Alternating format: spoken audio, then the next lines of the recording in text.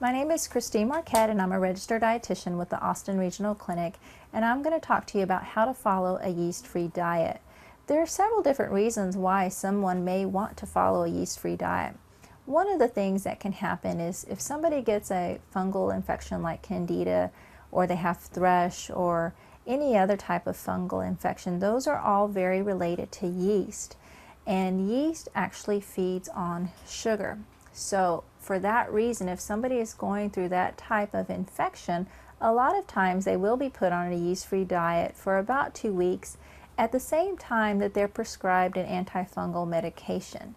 So it does have a lot of benefits for somebody who is suffering from a yeast infection or some other type of fungal infection. The primary things to remember when following a yeast-free diet are to eliminate any source of added sugar, any type of refined sugar. You're also going to limit some very high carbohydrate foods. And remember, again, this is just temporary. It's for about 2 weeks to really get that yeast infection under control. So by limiting carbohydrates, you are going to be limiting some fruits. You're going to be avoiding dried fruits or fruit juices. You're also going to be avoiding starchy carbohydrates, including white potatoes, white bread, white rice, pastas.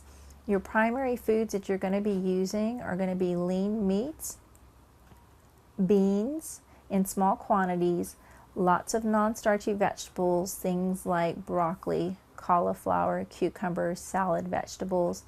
You also want to avoid very acidic foods like vinegar. So you would stay away from vinegar dressings during this time because they have such a high acidity, they can actually aggravate symptoms from yeast infections. So this is one of the times that you actually want to avoid vinegar.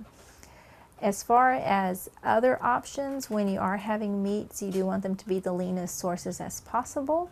And again, remember that this diet is only to be used short term for about 2 weeks to really get yeast infections under control and to reduce your sugar intake if you have other reasons for needing to cut way back on sugar, other types of infections. So those are just a few basic tips to keep in mind if you're following a yeast-free diet.